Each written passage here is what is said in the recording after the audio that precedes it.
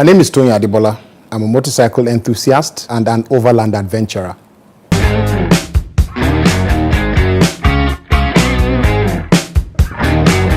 My dad, he's so cool.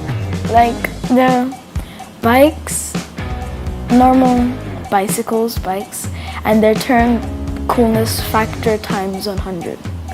That's what my dad does. I was born in Kano, and riding motorcycles in Kano is like drinking water or eating food to most young men that grew up there. It's been there for generations. You see grandfathers and fathers and sons and grandsons who all have ridden.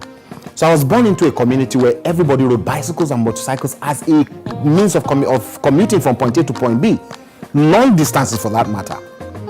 You know, so it was something that came natural.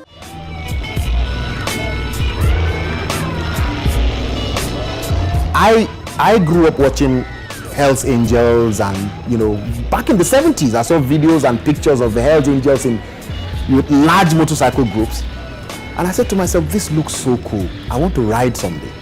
My dream started from there. Here I am living it, like 30 years afterwards or 35 years afterwards. I'm living that dream of riding bikes that engages people and enthralls people. For me today, it's both a fun activity for me. It's a therapy from all the work and all the demands of life. It's a getaway for me from these demands of life and from the realities of life. But it has also evolved into a very strong tool for me. Everybody seems to be taken by the appeal of the biker, you know, and that makes it easy for me to use it as a tool of communication, something that I use to communicate with my world, to learn from my world, and to share my experiences with people, and to use it as a mouthpiece, so to speak.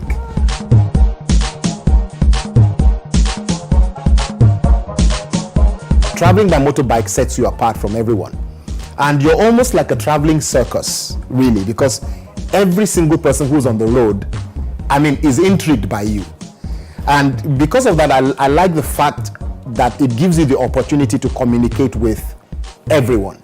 Every single person you ride past on the road, or who rides past you, or every single person who comes around you when you stop to buy gas or to refresh yourself or something, is intrigued by the fact that you're traveling on a motorbike. The farther you go on a motorcycle, the crazier people think you are, the more they want to find out, you know, who's this person in this helmet, in this outfit. And it's a very strong communication bridge. That's one thing I like about motorcycle adventure. It's a very, very strong vehicle of communication. So it has opened my eyes to dealing with people. You know, I've learned to interface with people across a wide spectrum of life.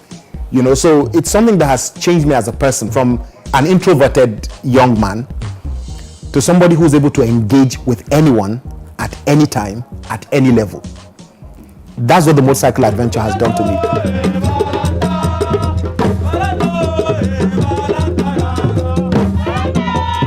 I've learned so much, you know, cultural change, how people see things, how people relate. You know, when you're out of your zone, your comfort zone, and you're out on a vulnerable vehicle, you are forced to learn how to adapt.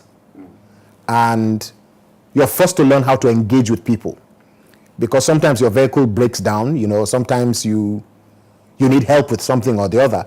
I mean, you can imagine, I'm riding across West Africa. Now, people don't understand that it's only Nigeria and Ghana that are English-speaking countries if you're traveling across West Africa all the way to Morocco. French is widely spoken in that axis. Sorry, no comprehend that. I had to learn to engage with people and get things done, even when there was a language barrier. So it basically teaches you adaptability. I've had to relate with security forces, I've had to relate with vendors, I've had to relate with just regular people. And every single time I stop, because they're asking you questions, you have to talk to them, you have to talk with them, you have to engage with your environment and with the people that you meet. So it's basically altered my maturity level, my my ability to engage with my world and my society has been significantly enhanced because I travel the world on motorcycles.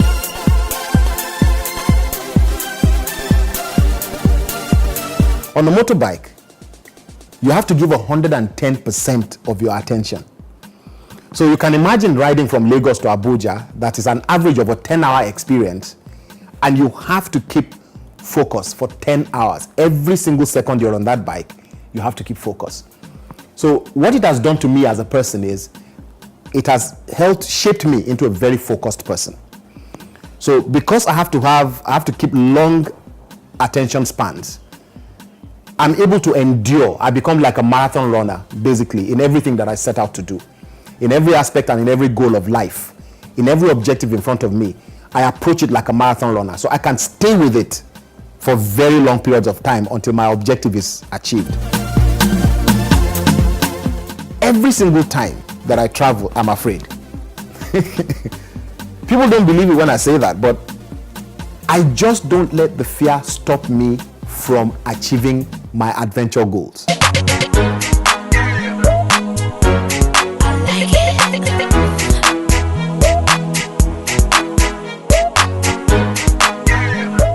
I get worried because a lot of things can happen on the road. So I'm just like, in my head, I'm just hoping that my dad is careful because he's, I think, sprained his ankle once.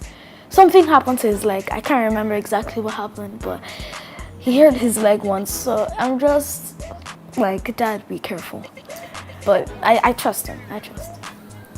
This probably boils down to the message that I want my life to give to people, which is, do it afraid. Now, if you look at every significant development in life, whether it's been human movements or human migration or human achievements, there's been disasters, there's been reasons to not proceed. But people did it still. I mean, look at how did NASA land the man on the moon? The number of failures that were recorded, the number of tragedies that happened. But they didn't stop until it was done. That's what's up! Don't stop! I just do it afraid. I don't let anything stop me. I just plan. I don't take unnecessary risks. I don't go too fast. I try to be as visible as possible. I take all the precautions, really. But I just don't let fear stop me. And I think it's like that with anything else in life. You're starting a business, you want to get into a relationship, whatever you want to do. There are always reasons for you to reconsider or to stop. But I don't let those things stop me. A lot of times I've started journeys where right from the get-go there were obstacles. What I just do is overcome those obstacles if I can, and I move on. The only thing that makes me stop or turn back is if the motorcycle grinds to a halt. Other than that, I'm gone.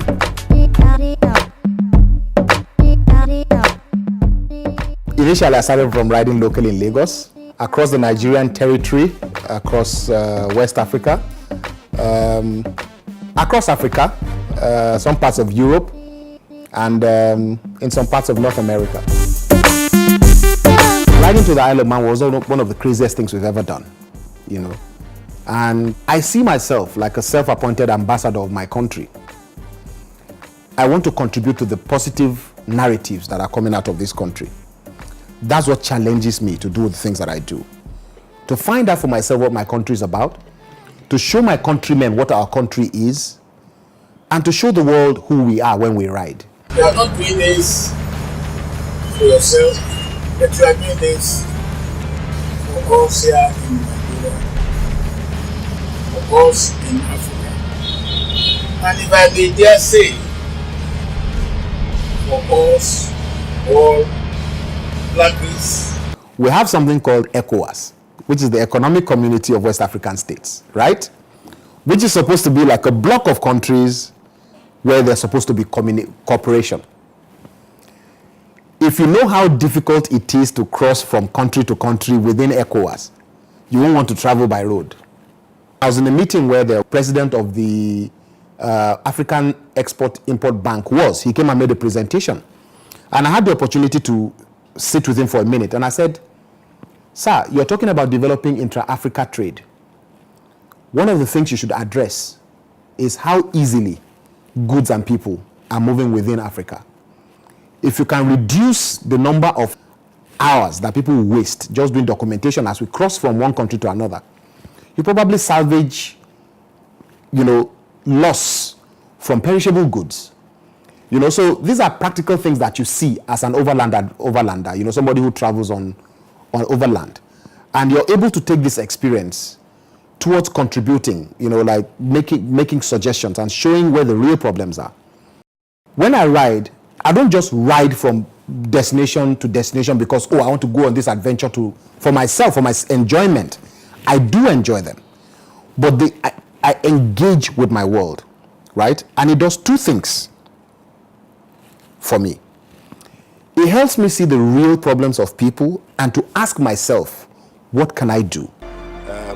We're making this small donation for now, and we hope that it assists you somehow. Not only the kids, but the minders, yourself, making all these huge sacrifices for these children. When we rode to the Obudu Mountain Resort, I encountered a young child who was out of school because of 500 naira, 1,000 naira, something like that. He was out of school for $1.50. 500 naira. You have not paid your school fees. You have not paid your school fees. Why? Wow. Your daddy hasn't paid. Okay. What will you do with it?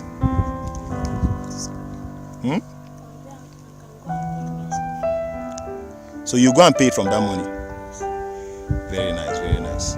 I'm happy that you can pay your school fees. Yeah, shake my hand. All right.